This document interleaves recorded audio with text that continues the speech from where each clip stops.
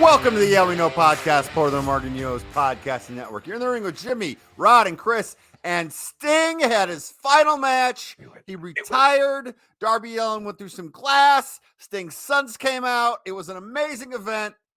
And that's all we're going to talk about Sting today, because we have Rod and Chris, two experts in watching wrestling as of now on the WWE side. Chris, I know you thought your rabbit ears were going out on Friday night when Rock was giving his promo, didn't you? There was a lot to that promo. It was long, a little bit arduous. I It was an arduous journey going through the promo. It was long, and that slowed down the whole night for me, really. I Wow. will say one thing though. You have, and I know, Rod, you're going to get mad at me, but I'm coming after your boy. Okay, you had 3 days since Friday to come up with something, and you come up with Diarrhea Dwayne. Okay, so wow, we're just going all over the place here. Who cares about the script? Who cares about the show rundown? We're just gonna go from topic to topic, right, Chris? Wild card. Okay. Rod, apparently you can be hot about anything you want to, so just talk about whatever you want. It's fine, no problem. Not my show anymore. Here's what I'm absolutely hot about is just when I think I've rounded the corner and I've become the kind of wrestling fan that can pick things out and can see things coming from a mile away and never get duped by anything and always know it's all fake. They got me again, Jimmy. They got me again. I don't know which way is up, which way is down. Did we start this way and deke here? Did the crowd make us have to move here? Did The Rock always intend to cut a 21-minute promo on his Instagram live? You know what I mean? Like they've done so many things. It's brilliant. Chef's kiss once again. Here I was thinking they couldn't fool me anymore, and they've absolutely fooled me, and they got me wondering what's up, what's down, what's left, and what's next. And that's absolutely what you want to do 32 days out for WrestleMania now, I believe like I'm that, taking. for sure. And for those of you watching or listening live on X, on YouTube, or on Facebook, throw a question, comment in the chat. We will definitely talk about it. And this show's for you. This actually shows for us as much because we love talking about wrestling. But Rod, when this first happened, I figured Cody was always supposed to win the Royal Rumble. And I figured that something was going to happen where it was Cody and Roman at Mania. Apparently that might not have been it. And it was the crowd, and it was kind of the reactions to The Rock, and that changed a lot of things. But I will tell you, you've got to give it to The Rock. He is going 1,000% heel Rock as much as he possibly could. He started on the Pat McAfee show with the Cody Crybabies, and then he brought out the $15,000 shirt 2 weeks ago. I even know what he was wearing on Friday. Like, was that alive at one point? Was that just... Mrs. Morgan, thinks that that's probably a Versace shirt. It's pronounced Versace, Rod. I think you're right. Excuse me. So I think Rock has made this an amazing event. And Chris, you are going to learn very quickly that The Rock goes as long as he wants, for as long as he wants, and says whatever he wants to do. I thought it was interesting because I thought it was my YouTube TV, which never goes out, going in and out a lot and black. And apparently the black screen that came up was a big sign of Die Rocky Die that was in there. And the crowd was chanting it, Die Rocky Die. And I thought that's some Attitude Era stuff right there, because that is super heat. I love that. But the best part, guys, was that end. Rod, tell me you didn't get chills. Yeah, we know. Yeah, we know. Rod, did you get chills? Oh, like I said at the beginning at the top, they got me again. I'm sitting here watching it by myself down here in the basement, and we get ready for The Rock. And Chris, let me take a quick sojourn here. Get ready for The Rock to basically always be on the borderline of cheese-tastic. All right. Even Rocky back in his glory days was just a little bit cheese-tastic. All right. So just get ready for that out of The Rock. And how dare you attack Seth Rollins? Just wait until I've got more time to get into you about that. But as I was saying, when The Rock went to do If You Smell, and they went the low angle camera, and all of a sudden you see coming in is the hand of the tribal chief. And I said, oh my, what's about to happen here? I stood up, I started walking around my coffee table. And then when Roman said, I need you to do something for me. I was like, oh my God, what's he about to ask him here? And then he said, acknowledge me. And I said, of course, that's what it is. The only thing Roman Reigns has said for 4 years, the only thing he said to anybody ever. Why wouldn't The Rock have to do the same thing? It was fabulous. I absolutely loved it. But the other little Easter egg that I finally now think is something, Jim, is that when Yes. we go into the bloodline, point to the sky, The Rock is not just holding up one finger. There is a thumb involved every time with The Rock. And Chris, something that you have hinted at quite often on this podcast. Damn it, if you're going to end up being right on this. I'm going to be so mad, Jimmy, if you end up being right on this.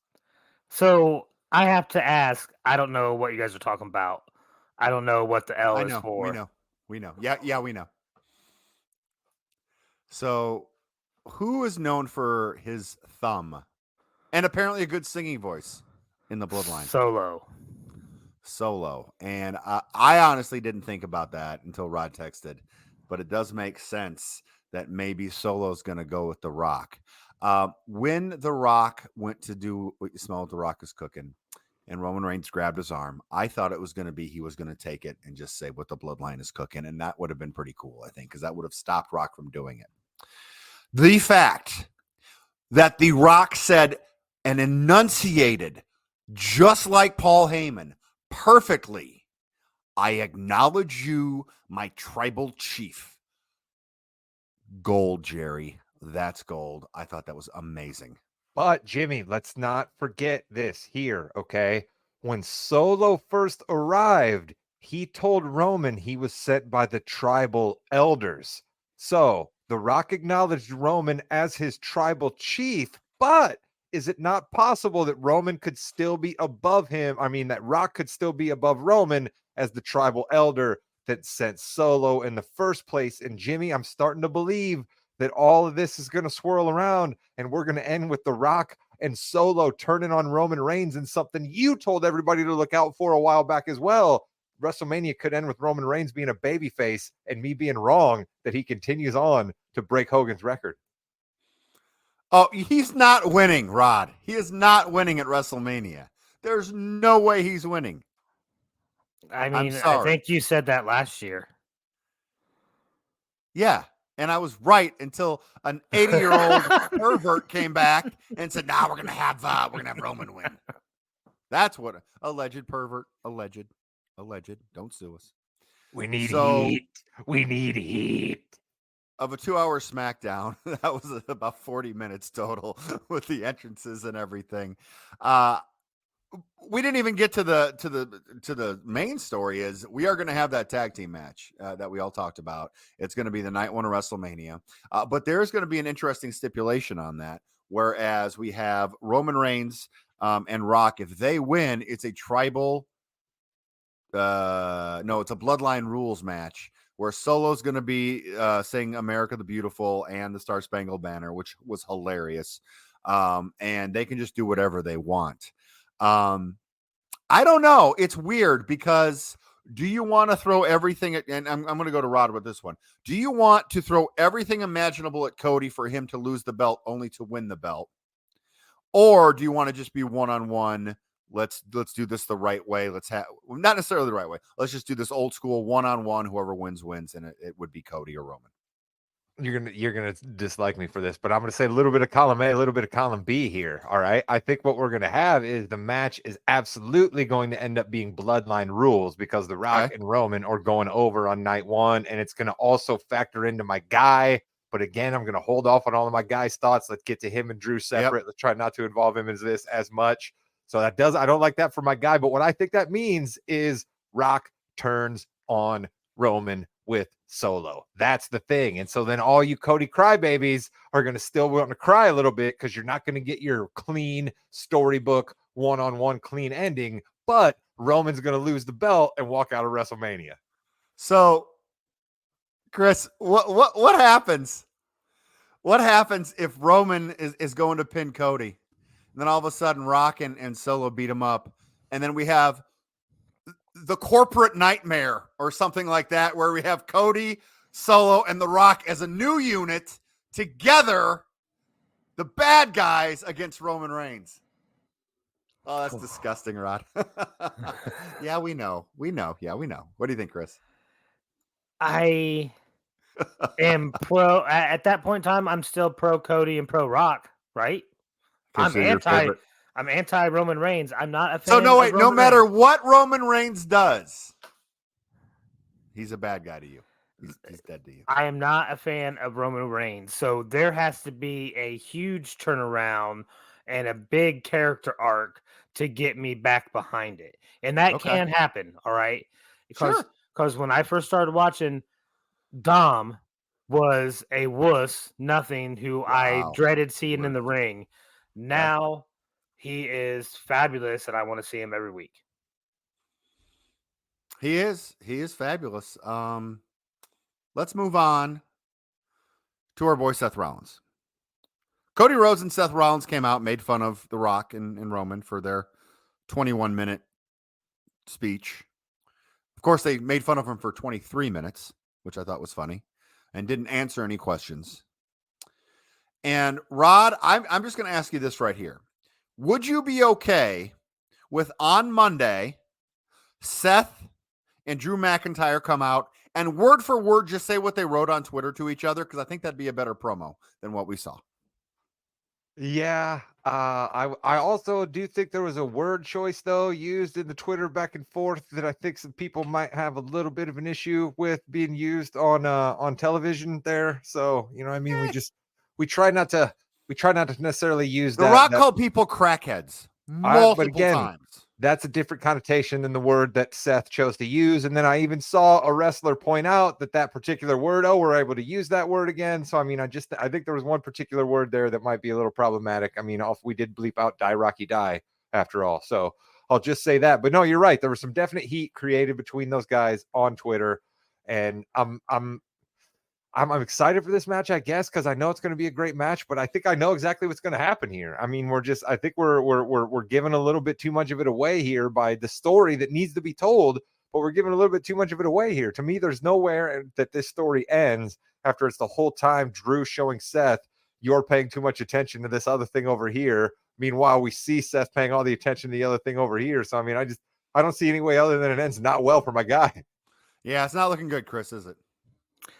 To be honest, I don't think it's looking good for either of our guys. I kind of agree with Rod. I exactly see how this is playing out. Drew finally getting a win against Seth, getting the belt, and then El Senor Money in the Bank coming down and making this extensively the largest WrestleMania in history, and another belt change in the same night while he cashes in his Money in the Bank contract. He could. That could happen. For those of you watching right now, if you have any questions or comments about WWE, WrestleMania, Seth Rollins, The Rock, crackheads, or diarrhea, please let us know. If you want to talk about Sting, we can as well. Not very long, obviously. No, wait a minute though, Jimmy. You talk about this often real quick. How about this? Let's tie WWE and Sting together, right? Sure. The old man that you made reference to, he's running things. Ain't no chance Michael Cole gets the thing to say, hey, congratulations to Sting for walking away. And Pat McAfee does not get the chance to say that was an awesome match. He almost didn't get the chance to say it anyway. That's true. Yeah, I thought that was great. You know, Sting had a memorable WWE run, and he did have a championship match against your guy and almost died. He did also have one of the worst endings to any WrestleMania match ever, with Triple H going over. There's no way he should have gone over there. Sting should have gone over. I will say that's the day I die. I don't care what war it is or anything like that. But yeah, Sting ended his career, and WWE, rightfully so, said thank you for that. So I thought that was pretty cool there.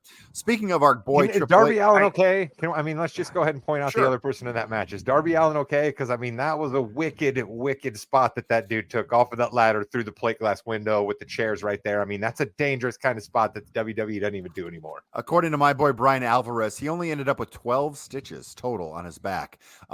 It's death by 1,000 cuts. That glass is supposed to break like it did. It looked like he was wearing a cape at some point, but he is still going to go climb Mount Everest, I think, coming up in the next week or two. So he's good to go with that. I do want to give a shout out to Sting. All right, no joking aside. Sure. First live wrestling event I ever went to was in a high school in my county, and that's how we know Sting is that old. Thank you very much.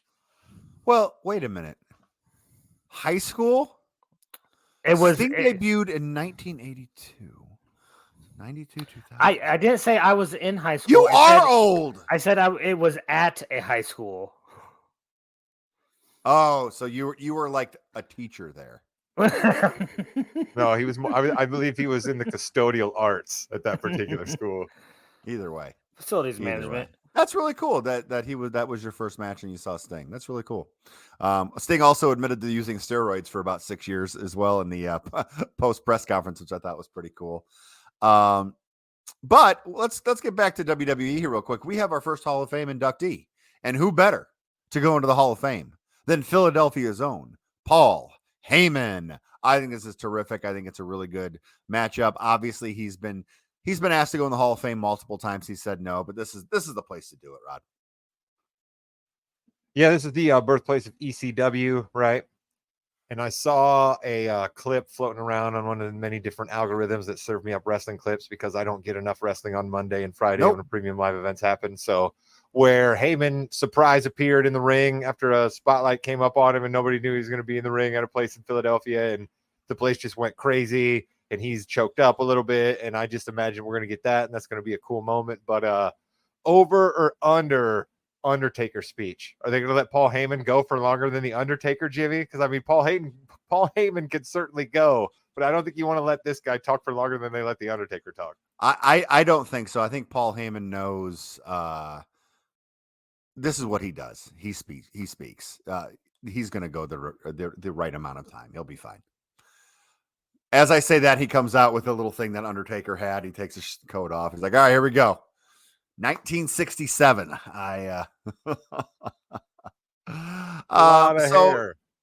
Then a couple other quick notes from Raw. We are going to have a gauntlet match next week for the number one contender for Gunther. I think your boy Chad Gable has a shot. It's a non-0% chance he wins that. I think Sami Zayn probably will win it, but I could see Chad Gable, Rod.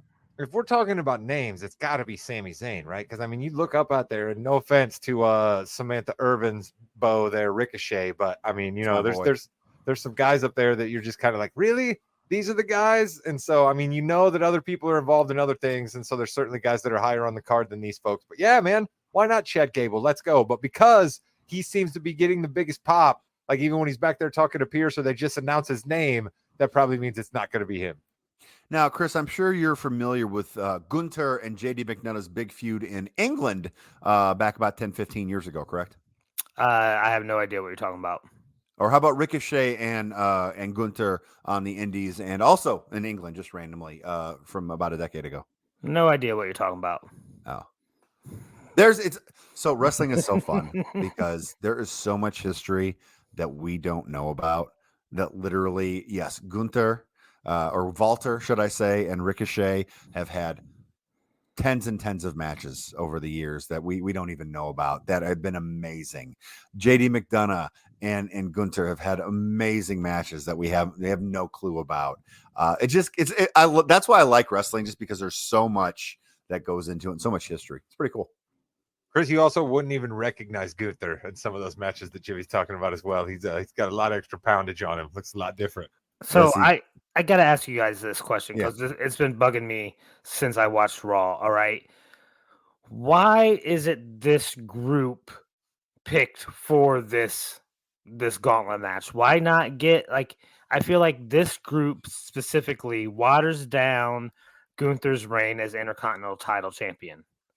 Like I feel like he's beat all these guys already. Like we've seen him against Ricochet, we've seen him against Gable, we've seen him against Bronson Reed, we've seen him against Shinsuke. I'm sure he's fought Sami Zayn at some point in the past as well. But I feel like we need to have bigger names in this. Why not give some of the guys who lost in Elimination Chamber, and I'm not all of them, but throw a couple in there, get some bigger names in this gauntlet match to make it mean a little bit more. Well, Randy Orton's going to be fighting Logan Paul, so I mean that takes him off the table. You know what I mean? Drew McIntyre's going to be fighting Seth Rollins, so that takes him off the table. LA Knight, AJ Styles. Yep. Logan Paul's in the match with Randy Orton, so that takes him off the table. Bronson Reed was supposed to be in the Elimination Chamber match, but then he had to go out because he had his first child, I believe.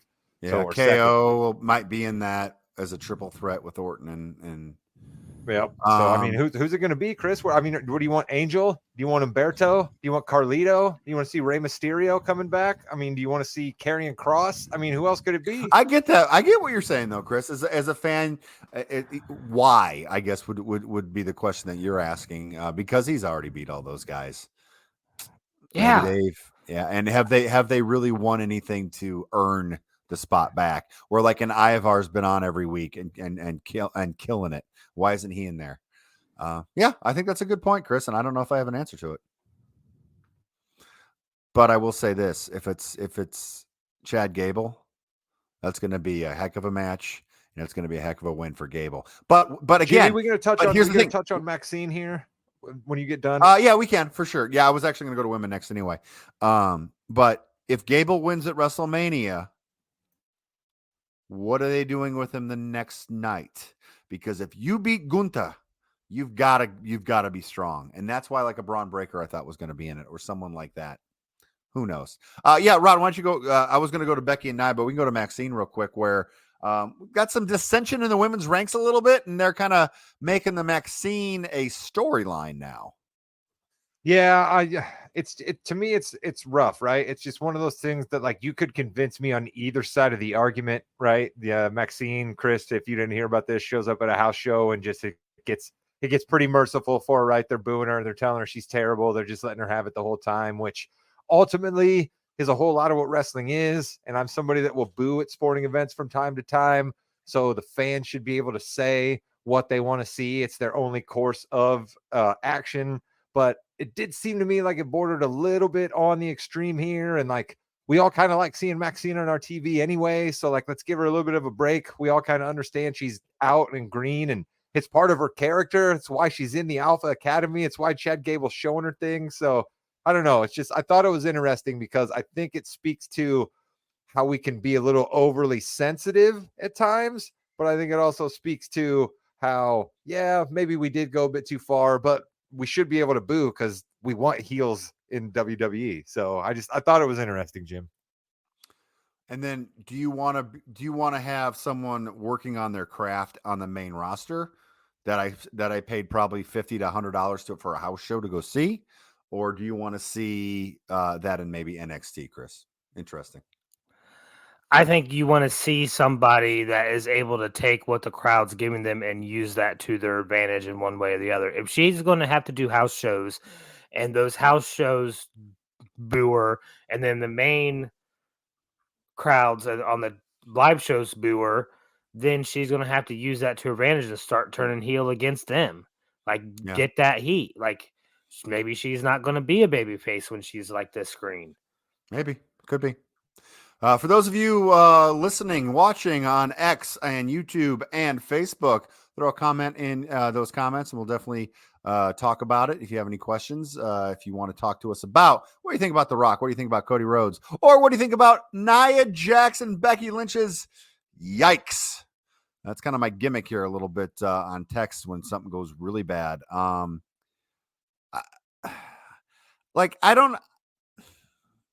I'm not a professional wrestler. I don't know what goes into it. But I know that when you get kicked or when you get drop kicked, you need to sell it. And people are going to get hurt still, and they didn't beat Nia again, which makes me think that if Becky wins, it's going to be Becky and Nia after WrestleMania, Rod. And I don't understand why Nia is in the position she's in. I'm happy that she has a job. I'm happy she's paying the bills. But I would think she would want to take care of people better. Yeah, that's the interesting part of it all, because I understand why Nia Jax was given another shot. She is just an easy place at the top of the card type event, attraction, easy heel, easy foil, right? But you're absolutely right. If she's not going to be able to do any kind of care to people in the ring, then you don't want her out there, because the easiest way to get somebody over is to have them be able to keep wrestling. So if they're going to get in the ring with someone who injures them and they can't keep wrestling, it's awful difficult for them to get over. So yeah, man, I like that Liv was sort of involved, but I do admit that I was like, now we have another non-finish between Nia and Becky. So what are we doing here? At least we have Liv as a bad guy now too, so I guess that's good for that. And Candice LeRae is bad; she's a bad guy now too, so that's fine. Other than that, anything else we want to hit on Raw? I love Adam Pearce. I just kind of wanted to shout out Adam Pearce here. I just think that the man continues to do his job really, really well. I just think that there's a stark difference between what Adam Pearce does on Monday nights and what Nick Aldis does on SmackDown. And I prefer the Adam Pearce way of being official over the condemnation and smugness of a Nick Aldis on SmackDown, I would say. Chris, you like smugness, don't you? One last thing about Raw, Sure. and it has me thinking about what we talked about earlier with the gauntlet for Gunther. All right. Yeah. We just saw Jey Uso lose to Gunther through what may or may not be considered interference. Sure. Why didn't he get in Because this he's going to gauntlet wrestle match? Jimmy. So if this is a bloodline match on night 2, do Okay. we end up seeing Jay out there? Because he is blood. And if we do, are we more prepared to see a split with Solo and Rock if we see Jay come out there? Jay's definitely not coming out there, but Chris, I like what you brought up here, Jimmy. This was something else I wanted to talk about with the whole Rock, Seth, Cody, Roman of it all, right? If the bloodline does come out for their bloodline rules match, and it's not going to go the way I said of Rock turning on Roman, I believe we're going to need someone showing up as backup for Cody and Seth, right? And it probably can't be Seth because I believe he's going to be injured. So, Yes. Jimmy, who are we looking at here? Are we going to get glass breaking? Jimmy, is glass going to break and he's going to come out and deliver a stunner or a chair to somebody? Or is it going to be somebody else I'm not thinking of? Because John Cena? if it's bloodline rules match and there are no rules, anybody can come out. And I don't know if you've been looking at Steve Austin's Instagram account lately. He's doing the cold baths. He's looking pretty good there. How about one more stunner for Rock and Austin? That would be amazing. It truly would be. I think that can happen. Obviously, the pie in the sky dream is to have Dustin Rhodes come out. That'd be He's awesome. in another company. Not happening. Honestly, it's the perfect ending to this story. But that cannot happen, which is fine. But then you have Austin come out, and you know what? You said Cena just haphazardly there. Why not have Cena and Austin both come out? Why not And have Hogan? Screw it. Have Hogan come out too. Hogan go. would come out because he doesn't want him to break his record. Let's go. I love it. why not have everybody who's been wronged by Roman Roman and the and the bloodline. bloodline lately come out? And then Cesaro, let's go. Then you have Rock in front of the bloodline and you have everybody else, but not the true megastar. Then you hear the glass shattering and out comes So your boy, Steve Austin is Stone the Cold. Captain America in this with the Exactly. Avengers Assemble. You know what's Beer funny? can. That Beer is that is about as hokey as you can possibly get, and I would love every second of it. Oh, What a That would throwback be to the Attitude Era when you had just mass amazing chaos at the end to of. pass the torch to Cody Rhodes as the new leader of this generation, with everyone of the past generation coming in, forming as Captain Planet, whatever you want to call it. And listen, start that's it. Taker's entrance right now. Start Taker's entrance right now if we want him to be part of it. Oh, That's it. I mean, that's what it is. That is the bloodline versus Cody and all the superstars and everything like that. So that was a heck of a Yeah We Know podcast. We're gonna get to Balls and Brew here in 1 second as well, because we just like to do everything here. But with that, I would like to say thank you for everyone watching. Make sure you post a comment, share, like, retweet, all that good stuff. The more you do that, the more we can do this as well. With that, you've been listening to the Yeah I Know podcast, part of the More You Knows podcasting network. You're in the ring with Jimmy, Rod, and Chris. Let's go. I was complaining that 33 days up to WrestleMania was too much. I'm crazy. We don't have enough time to get all this stuff sorted out. Let's go. goodbye, net. Yeah.